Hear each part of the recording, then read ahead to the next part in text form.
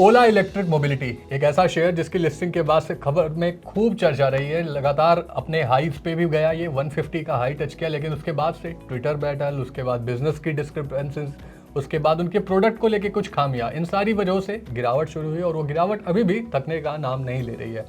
आज ओला इलेक्ट्रिक में तकरीबन 7.5% की गिरावट हमें देखने को मिली और इसने अपना ऑल टाइम लो 46 रुपए का टच कर दिया है शेयर ने। क्या कुछ है इसकी अपडेट्स, क्यों इस स्टॉक में इतनी गिरावट देखने को मिली है, चलिए इसको पूरी तरीके से समझते हैं। और इसे समझाने के लिए आज मेरे साथ जुड़ चुके हैं मनी 9 के कंसल्टिंग एडिटर मिस्टर विवेक मित्तल। सर बहुत बहुत स्वागत है आपका। थैंक यू सत्यम।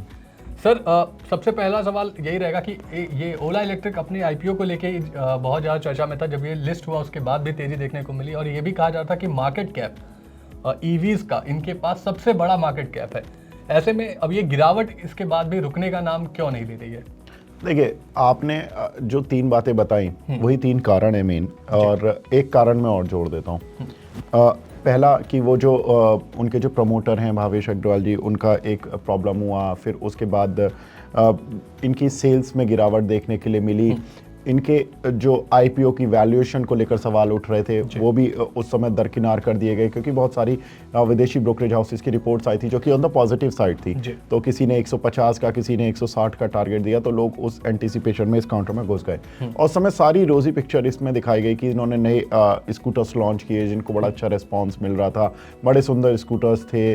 उसके बाद ये भी बताया गया कि इनकी एक फैक्ट्री है जो शुरू होने जा रही है, जल्दी शुरू होने जा रही है। तो वो सारी बातें बताई गई और एक तरह से पूरा पैकेट बनाकर मार्केट में बेच दिया गया। और उसके बाद अब समझ सकते हैं कि वही पैकेट जब खुला और उसमें से एक एक चीज निकल कर आई तो वो थोड़ी सी खराब हो रही है। फॉर एग्जांपल, इनकी सेल्स जिस समय पर आईपीओ आया था और उस समय से अभी तक काफी गिर चुकी हैं, 30 से 40% तक गिर चुकी हैं। दूसरा, वैल्यूएशन उतनी जस्टिफाइड है नहीं क्योंकि लॉस मेकिंग है।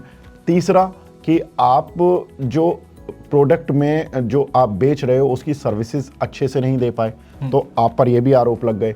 और आज जो ये केस आया जो इनकी सब्सिडरी को लेकर, तो डेफिनेटली ये सब चीजें सेंटीमेंट नेगेटिव है जिसकी वजह से काउंटर पिट रहा है। आज रोजमेटा डिजिटल सर्विसेज करके इनकी एक सब्सिडियरी है, फुली ओन्ड सब्सिडियरी है ओला इलेक्ट्रिक की, जिसने इंसॉल्वेंसी और बैंक्रप्सी के लिए फाइल किया है डॉक्यूमेंट्स, जिसके बाद से ये गिरावट देखने को मिल रही है। आज लगभग 7% गिरी, लेकिन ये नहीं है। जैसा कि अभी अगर मैं नंबर्स की बात करूं तो सेल्स नंबर जो सर भी बता रहे थे कि जनवरी 2024 में 32,000 यूनिट इन्होंने बेचा था, और अगर इस साल कंपेयर करें जनवरी 2025 में, तो ये सेल्स घटकर 24,336 यूनिट पर आ चुकी है। वहीं अगर हम इनके काउंटर पार्ट से भी कंपेयर करें, टीवीएस मोटर ईवी की सेल्स अगर उनकी देखें तो जनवरी 2025 में 24,000 ओला इलेक्ट्रिक ने किए हैं, लेकिन टीवीएस मोटर ने 23,800 यूनिट गाड़ियाँ बेची हैं। बजाज ऑटो ने 21,310।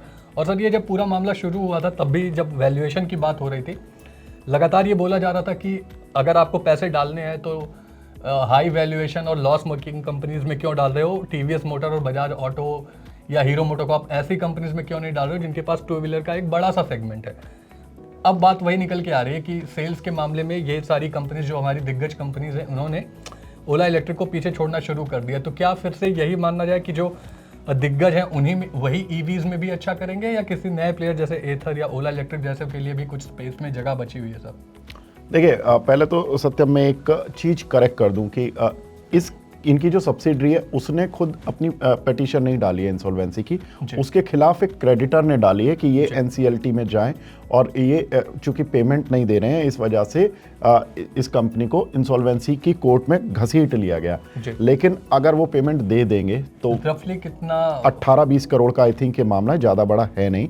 तो ये अगर पेमेंट हो जाएगी, ऐसा बहुत बार क्रेडिटर करते हैं कि अगर किसी का एक जेन्युइन पेमेंट है और अगर कोई कंपनी नहीं पे करती है तो वो जनरली एनसीएलटी कोर्ट में चले जाते हैं कि भाई ये हमारा पेमेंट नहीं दे रहे और आप इनको इंसॉल्वेंसी उसमें कंसीडर कर लीजिए। तो फिर जनरली कंपनियां क्या करती हैं, आउट ऑफ कोर्ट सेटलमेंट करती हैं और वो पैसे दे देती हैं। तो ये मुझे लगता है ये मामला थोड़ा सा सेंटीमेंट ऐसे खराब हैं, तो ऐसे में ये खबर आ गई इसलिए ये सारा हो गया। और ओला की तरफ से कोई स्पष्टीकरण आ जाता कि हम उनसे आउट ऑफ कोर्ट सेटलमेंट कर रहे हैं, कोई दिक्कत नहीं है, तो वो सारी चीज़ें सही हो जाती।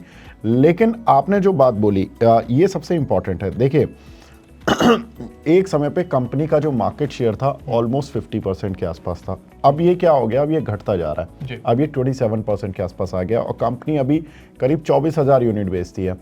जनवरी 2024 में यही ओला इलेक्ट्रिक करीब 32,000 साढ़े 32,000 यूनिट बेचती थी। तो आप ये समझिए कि इनकी सेल में कितनी ज़्यादा गिरावट हो गई है। अब वहीं पर जो इनके कॉम्पिटिटर्स हैं like TVS motor, like Bajaj auto, मैं एक डेटा देख रहा हूँ कि जैसे टीवीएस मोटर एक समय पर जनवरी 2024 में करीब 15,000 साढ़े 15,000 यूनिट बेचती थी, अभी 23,800 ईवीज बेच रही है, यानी इलेक्ट्रॉनिक बाइक बेच रही है या स्कूटर्स बेच रही है।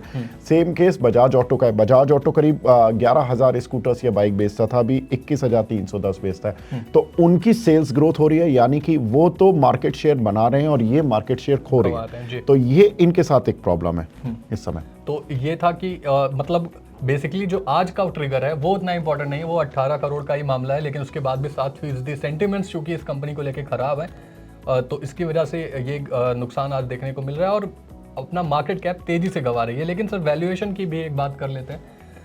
मार्केट कैप अगर हम देखें 70,000 करोड़, इनके ऑल टाइम हाइज पे देखें तो वो तकरीबन 70,000 करोड़ पहुंच गया था। अभी फिलहाल ओला इलेक्ट्रिक का मार्केट कैप 20,000 करोड़ है। अब एक वैल्यूएशन जो हमेशा से चिंता बनी थी, क्या वो जस्टिफाइड है या फिर अभी भी? देखिए वैल्यूएशन जब अब ये तो आईपीओ में जब हम पैसे लगाते हैं हमें तब सोचना चाहिए। अब हम जब 46 रुपये आ गया, अब हम बात करें वैल्यूएशन की, तो ऑफकोर्स ये थोड़ा गलत होगा, लेकिन बात है तो कर रहे हैं कि करनी ही भी पड़ेगी कि लॉस मेकिंग कंपनी है। अब फिलहाल क्या होप कर सकते हैं कि प्रॉफिट मेकिंग हो। प्रॉफिट मेकिंग कैसे होगी?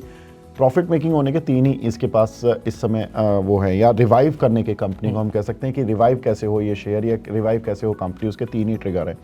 एक, जिस स्टोरी पे चला था वही स्टोरी रिवर्स हो दोबारा, खासतौर से दो। देखो प्रमोटर ने क्या किया, प्रमोटर क्या अच्छा कर रहे हैं गलत कर रहे हैं वो सब सेकेंडरी हो जाता है। आपकी जो सबसे इंपॉर्टेंट होता है कंपनी का बिजनेस ठीक होना चाहिए। बिजनेस में आप जो स्कूटर्स की सेल्स कम हुई है पहले तो आप उसको बढ़ाओ। इन्होंने अभी पीछे एक कॉन कॉल में कहा था कि अगर हमने अपनी 50,000 स्कूटर्स या बाइक बेच लिए तो हम एबिटा पॉजिटिव आ जाएंगे। अब आप 24-25 हज़ार बेच रहे हो, यानी कि आपको सेल्स डबल करनी होगी। आपने स्टोर्स तो इतने ज़्यादा खोल लिए, अभी दिसंबर में इनका आया था ना कि इन्होंने स्टोर्स एक साथ इतने सारे खोल लिए, हज़ारों में स्टोर्स खोल लिए। अब आपका जो आउटकम है वहाँ से जो स्टोर्स की जो तरफ से जो सेल है वो आनी शुरू हो, तब आपका कुछ फ़ायदा होगा। अब आपने स्टोर खोल लिए, सेल आपकी उल्टा घट गई है, तो ये आप पे क्वेश्चन मार्क है। दूसरा कि इन्होंने जो बोला था कि भाई हम एक गीगा फैक्ट्री खोलने जा रहे हैं, उसका ट्रायल रन भी हो गया, लेकिन अभी तक उसका कमर्शियल प्रोडक्शन नहीं हुआ। कंपनी ने बोला है कि Q1 FY26 यानी कि जून तक, अप्रैल से लेकर जून क्वार्टर में वो कमर्शियल प्रोडक्शन शुरू हो जाएगा। वो इनके लिए सबसे बड़ा ट्रिगर होगा। वो क्योंकि वो इसलिए बड़ा ट्रिगर होगा क्योंकि वो जो ये लिथियम सेल होते हैं वो बनाती है कंपनी। अब वो जब सेल बनाएगी तो इनकी जो कॉस्ट होगी वो कम हो जाएगी। तो कॉस्ट कम होगी तो आपके जो मार्जिन है अभी जो नेगेटिव है, operating profit margin around company के अभी नेगेटिव चल रहे हैं 20 से 40% की रेंज में, अलग अलग क्वार्टर में अलग अलग आता है। तो वो अचानक से हो सकता है कि पॉजिटिव आ जाए, तो वहां से कंपनी का टर्न अराउंड होगा। तो ये अप्रैल जून तक, अब ये प्रॉब्लम है कि अप्रैल जब तक वो अनाउंसमेंट नहीं आती तब तक इस शेयर का क्या होगा, ये बड़ा सवाल है जी।